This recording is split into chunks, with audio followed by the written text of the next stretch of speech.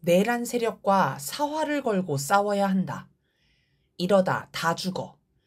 실패한 쿠데타의 총책인 내란 수괴 윤석열과 내란 공범 국힘당이 갈수록 뻔뻔하게 나옵니다. 이 땅에 핵전쟁을 일으켜 우리 국민을 다 죽이려던 자들이 뭐가 그렇게 당당한지 도둑이 매를 드는 것도 정도가 있지. 정말 상식에서 아득히 벗어난 태도를 보입니다. 윤석열과 국힘당의 모습은 전두환 박근혜 때와 전혀 다릅니다.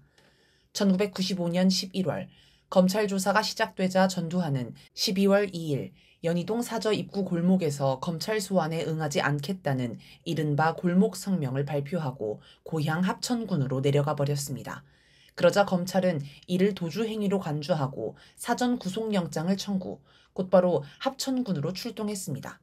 극우 청년들이 체포를 방해했지만 합천경찰서장이 공무집행 방해로 체포하겠다고 경고하자 결국 전두환이 순순히 체포에 응해 구속되었습니다.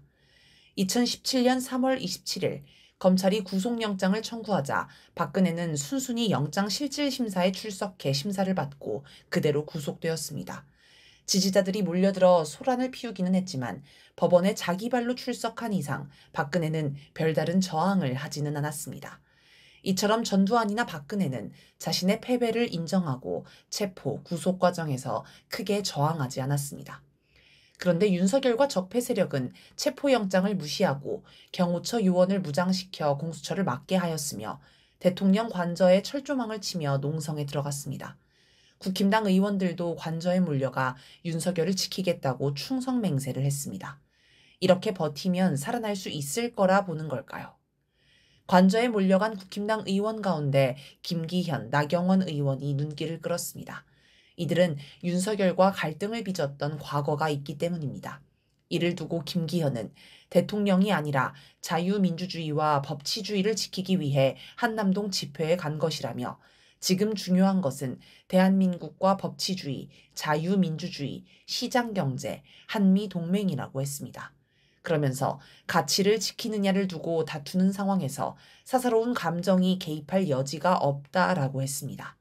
나경원도 개인적인 감정은 다 잊었다라면서 적법 절차를 지키는 것이 보수주의 가치의 본령이라고 하여 자신은 보수주의를 지키기 위해 나섰다고 해명했습니다. 이들의 해명을 보면 윤석열 체포, 파면이 윤석열 개인과 측근들의 몰락으로 끝나는 게 아니라 적폐 세력 전체의 몰락으로 이어질 것이라는 위기감이 팽배함을 알 수 있습니다. 적폐 세력 안에서 그만해, 이러다 다 죽어 라는 비명이 들리는 듯합니다. 적폐 세력이 다 죽기를 바라지 않는 건 미국도 마찬가지입니다. 미국은 미국에 충성하는 적폐 세력을 최대한 살리기 위해 지금 상황을 지휘하고 있을 것입니다. 미국은 이재명 민주당 대표가 반일 반미, 친북 친중 칠러 세력이라며 연일 공격했습니다. 또 한덕수, 최상목을 공개적으로 지지하고 심지어 임기가 끝나가는 국무부 장관이 직접 와서 최상목에게 힘을 실어주었습니다. 이걸 보면 그냥 적폐 세력을 지휘하는 걸 넘어서서 내정 간섭이란 비판을 무릅쓰고 직접 나설 정도로 미국이 다급한 걸 알 수 있습니다. 미국의 이런 모습은 박근혜 때와도 다릅니다. 당시 미국은 박근혜가 탄핵당하고 감옥에 가는 모습을 그저 방관하며 개입하지 않았습니다. 그래서 적폐 세력도 크게 저항하지 않았습니다. 그런데 미국이 직접 개입해 내란 세력에 힘을 실어주자 극우 적폐 세력도 기가 살아났습니다. 처음에는 윤석열의 계엄을 비판해 적폐 세력이 미국이 윤석열을 버렸다고 여기며 위축되었는데 이제는 미국이 우리를 버린 게 아니다고 여기며 되살아나고 있습니다. 미국은 여유가 없다. 미국은 지금 심각한 위기를 겪고 있습니다. 사실상 미러 대리전인 우크라이나 전쟁에서 우크라이나가 밀리는 걸 전 세계가 지켜보고 있습니다. 트럼프 당선인이 24시간 안에 전쟁을 끝낸다, 6개월 안에 전쟁을 끝낸다고 말하는 것도 결국 승산 없는 전쟁에서 발을 빼려는 것임을 모르는 사람이 없습니다. 미국 내에서는 중국과 전쟁에도 진다는 분석이 나옵니다. 그래서 해군을 키워야 하는데 미국이 군함을 만들 능력이 없으니 한국, 일본이 대신 만들게 하려고 노력할 지경입니다. 경제도 위기로 치닫고 있습니다. 트럼프가 공약으로 물가를 잡겠다, 관세를 높이겠다, 불법 체류자를 단속하겠다고 하는 게 모두 미국 경제가 그만큼 심각한 상황이라서 나온 겁니다. 미국 경제가 얼마나 심각하냐면 지난해 미국인의 시간당 평균 실질 임금이 1970년대 초반과 같았습니다.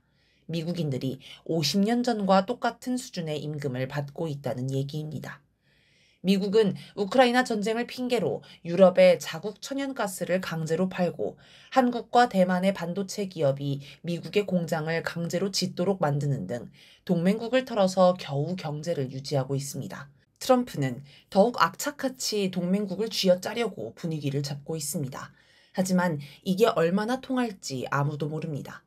반면 북중러는 미국과 정반대 분위기입니다. 북한은 얼마 전에도 신형 극초음속 미사일을 발사했습니다. 미국도 개발하지 못한 미사일을 보여주면서 미국을 위협하고 있습니다.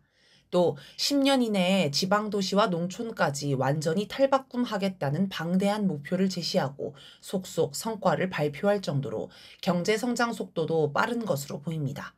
반복적인 국내 연구기관들도 북한 경제 성장률이 한국을 추월했다는 걸 인정할 정도입니다. 중국의 군사력 성장도 무서울 정도입니다. 핵무기수를 급격히 늘리고 있으며 최근에는 세계 최초의 6세대 전투기로 추정되는 비행체를 드러내 주목을 받았습니다. 미국의 집요한 경제 봉쇄에도 중국 경제는 여전히 세계 경제를 이끄는 기관차 역할을 하고 있습니다. 국내 언론이 철저히 은폐하려 하지만 미국의 국무부 장관 내정자인 루비오 상원 의원조차 지난해 보고서에서 중국이 전기차를 비롯한 고효율 신에너지 차량, 친환경 전력, 해양공학 및 첨단 기술 선박, 고속철도 등 4개 산업에서 세계적으로 선도적 위치에 올랐다고 분석했습니다. 러시아는 단독으로 미국과 서방 전체와 맞서 전쟁하면서도 승기를 잡고 있습니다. 또 미국과 서방의 강력한 경제 제재를 받지만 오히려 호황을 누리고 있습니다. 한국무역신문은 지난해 10월 30일 보도에서 서방의 러시아에 대한 경제 제재는 실패한 것으로 보인다.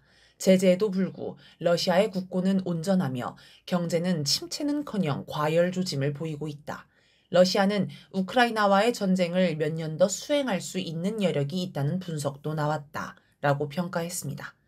이처럼 성장하는 북중러와 반대로 추락하는 미국은 여유가 없습니다. 미국의 요구를 하면 간이고 쓸개고 다 갖다 바치는 한국의 적폐 세력이 무너지지 않도록 보호하려 합니다. 그래서 내정 간섭이라는 비판도 받고 내란 세력을 옹호한다는 의심을 받아도 별 수 없이 대놓고 적폐 세력을 지지하는 것입니다. 그러면서도 한편으로는 한국 내 반미 정서가 확산할까 굉장히 신경을 씁니다. 지난 10일 12명의 대학생이 미국의 내정 간섭 중단을 요구하며 미 대사관에 면담을 요청하다 경찰에 연행된 사건이 있었습니다. 보통은 경찰만 출동해 학생들을 연행하는데 이날은 특이하게 대사관에서 직원이 나와 직접 현장 지휘를 했습니다. 그리고 곧바로 제이크 설리번 백악관 국가안보보좌관이 내외신 기자간담회를 열어 미국은 한국의 국내 정치에 개입하지 않는다라며 내정 간섭을 한 적 없다고 발뺌했습니다. 그만큼 미국이 위축되어 있음을 알 수 있습니다. 한편 미국의 추락을 국내 적폐 세력도 모를 수가 없습니다. 자신의 든든한 뒷배인 미국이 무너지는 것에 두려움을 느낀 적폐 세력은 어떻게든 미국을 지키고자 합니다. 그래서 우크라이나 파병 분위기도 만들고 윤석열 탄핵 집회에 중국이 개입했다는 황당한 주장도 하는 것입니다. 공포의 명태균 황금폰. 적폐 세력이 긴장하는 이유가 또 있습니다. 바로 명태균입니다. 윤석열, 김건희는 물론이고 지금 국힘당 안에 명태균과 얽히지 않은 사람이 없는 듯합니다. 명태균 사건이 만천하에 드러나면 적폐 세력은 전멸할 수도 있습니다.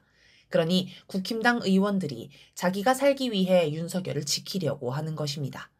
예를 들어 조은희 국힘당 의원은 원래 민주당 출신인데 2007년 국힘당으로 갈아탄 인물로 평소에 윤석열이나 국힘당에 충성한다거나 민주당을 공격하는 발언을 거의 하지 않고 조용히 자기 지역구 관리에만 충실한 정치인이었습니다. 그런데 최근 윤석열 체포를 반대하는 목소리를 열심히 내고 있습니다. 명태균을 통해 2022년 서울 서초구 앞 보궐선거에서 공천 특혜를 받은 의혹이 있기 때문입니다. 명태균 녹음 파일에는 내가 조은희한테 몇 개 가르쳐줬다. 조 의원이 후보가 되고 나서 울면서 전화가 왔다. 시의원 공천이 2개가 있는데 서초갑에 나보고 2개 중 1개 선생님 드리겠습니다. 선생님 아무나 추천하세요. 제가 하겠습니다. 라는 발언이 명태균의 선명한 목소리로 나옵니다. 한동훈 등 명태균 사건에서 거론되지 않는 인물도 있지만 그런 자들이라고 깨끗하지 않습니다. 여기저기 부정부패에 연루되지 않은 인물이 없습니다. 한동훈만 해도 아직 아이폰 비밀번호를 숨기고 있습니다. 이처럼 비리에 연루된 적폐 세력들이 어떻게든 윤석열을 지켜서 처벌을 피하려 하고 있습니다. 조급한 트럼프. 지난해 12월 14일 트럼프의 측근으로 알려진 매트 슐렙 미국 보수주의 연합 공동의장이 한국을 방문해 대통령 관저에서 윤석열을 조용히 만나고 갔습니다. 이 사실은 올해 1월 10일에야 공개됐습니다. 미국 보수주의 연합은 미국 최대 보수 성향 단체로 슐렙 의장은 트럼프와 매우 가까운 인사라고 합니다.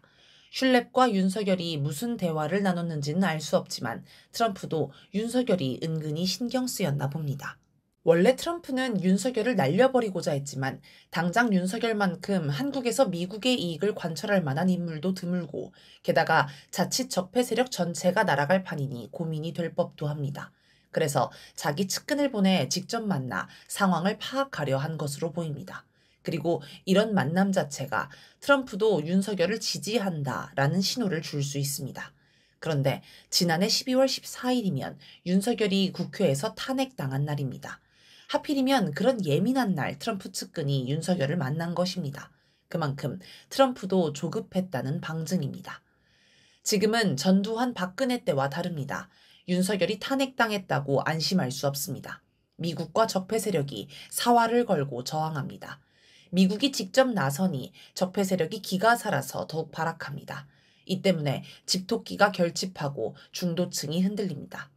최근 여론조사에서 민주당 지지율이 떨어지고 국힘당이 오르는 것도 기본은 여론조작 때문이지만 이런 영향도 없지 않습니다. 저들이 사활을 걸고 저항할수록 국민도 결사적으로 싸워야 합니다. 기세를 늦추지 말고 더욱 강하게, 더욱 크게 항쟁을 벌여 기어이 윤석열을 구속 파면하고 내란 세력, 적폐 세력을 무너뜨려야 합니다.